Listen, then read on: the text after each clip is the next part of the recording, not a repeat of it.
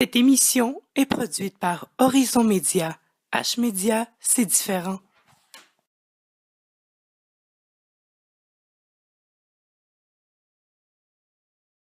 Bonjour mesdames, messieurs, bienvenue à votre Horizon Nouvelle du samedi 1er février 2014. Ici André Audet et voici vos nouvelles. Commençons tout d'abord ce bulletin en vous parlant des écoles primaires de Rollet et de Montbéliard de la ville de Rouyn-Noranda qui fermeront leurs portes d'ici le 1er juillet 2014. Le Conseil des commissaires de la commission scolaire de Rouyn-Noranda en a fait l'annonce lors d'une réunion ajournée lundi dernier, soit le 27 janvier. Donc, les commissaires se basaient sur plusieurs facteurs pour fermer ces écoles, dont une baisse justifiable de la clientèle ainsi que des problèmes d'eau potable qui auraient coûté trop cher à réparer. Les élèves de Montbéliard et de Rollet fréquentent depuis 2013 l'école de Cloutier qui compte maintenant plus de 73 élèves. Et l'école de Cloutier a été choisie pour accueillir les élèves de Montbéliard et de Rollet puisque cette école peut accueillir jusqu'à 143 élèves. Et selon des représentants de la commission scolaire, c'est donc la seule école qui pourrait faire face à une hausse de clientèle d'ici quelques années si ça l'avait arrivé. La corporation minière Cisco demande à la Cour supérieure du Québec de stopper Goldcorp dans ses offres non sollicitées dans l'intérêt d'acheter la minière pour 2,6 milliards de dollars. Ce géant québécois donne comme raison à la Cour supérieure du Québec que Goldcorp avait mal utilisé des informations restées confidentielles. Il faut noter que ce géant canadien, Goldcorp, a déjà été un important actionnaire de Cisco. Cisco juge que la minière concernée par le conflit a des mauvaises convictions dans ses démarches d'achat. Rappelons que le conseil d'administration de Cisco recommande à ses actionnaires de refuser l'offre d'achat de Goldcorp. Donc, Goldcorp devra miser gros pour avoir cette corporation minière qui possède l'une des plus grosses mines d'or au Canada, qui est située ici même en Abitibi-Témiscamingue, à Malartic. Les taxes scolaires d'un peu partout au Québec ont été mises à dure épreuve cet automne et voilà que la CAQ relance le sujet. Le gouvernement marois avait promis cet automne de déposer un projet de loi disant que les commissions scolaires doivent rembourser les contribuables pour un peu plus de 100 millions de dollars. Eh bien, voilà que la porte-parole de la coalition Avenir Québec en matière d'éducation, Nathalie Roy, exige que dès la prochaine rentrée parlementaire, on parle de ce sujet-là et que le sujet, justement, soit étudié à l'Assemblée nationale, car pour l'instant, il n'est toujours pas étudié.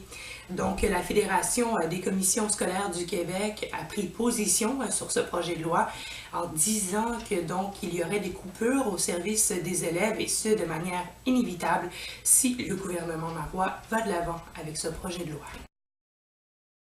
Maintenant, selon 11 organismes non gouvernementaux, le Mali aurait besoin d'assistance alimentaire pour plus de 800 000 personnes. Ces demandes sont dues à la faible récolte des 2 dernières années, ainsi que le climat encore très instable dans ce pays qui a vécu une crise politico-militaire il n'y a pas si longtemps de cela. Donc, ces organismes craignent que d'ici quelques mois, si rien n'est changé, c'est plus de 3 millions de personnes qui seront dans le besoin alimentaire.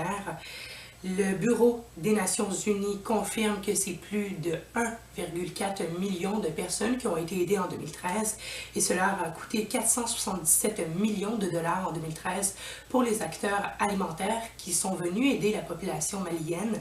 Donc, c'est 55% des organismes alimentaires qui, justement, ont aidé des habitants de ce pays.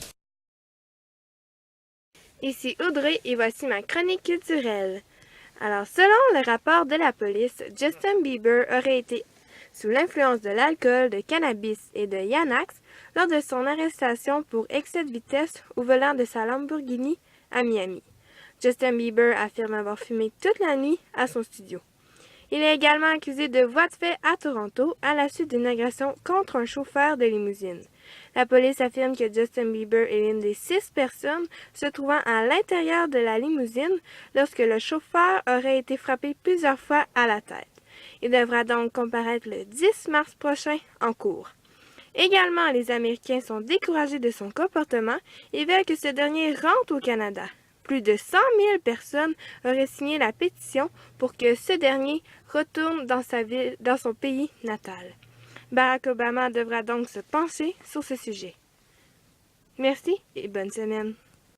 Alors, ce soir et cette nuit, nous annonçons une accumulation de 2 cm de neige avec un minimum de moins 20 degrés. Dimanche, le 2 février, nous annonçons un maximum de moins 15 avec de la neige intermittente.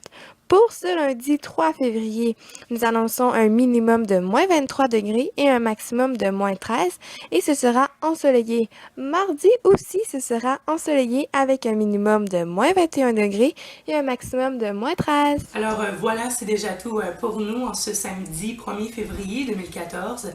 Je vous remercie d'avoir écouté ce bulletin de nouvelles. J'espère que vous aurez apprécié. Je vous retrouve dès la semaine prochaine pour un autre rendez-vous, soit le 8 février. Justement, nous vous invitons à joindre notre page Facebook, notre compte Twitter, ainsi que notre nouvelle chaîne YouTube pour tout regarder les émissions d'Horizon Média. Donc, d'ici là, je vous souhaite un excellent week-end et portez-vous bien.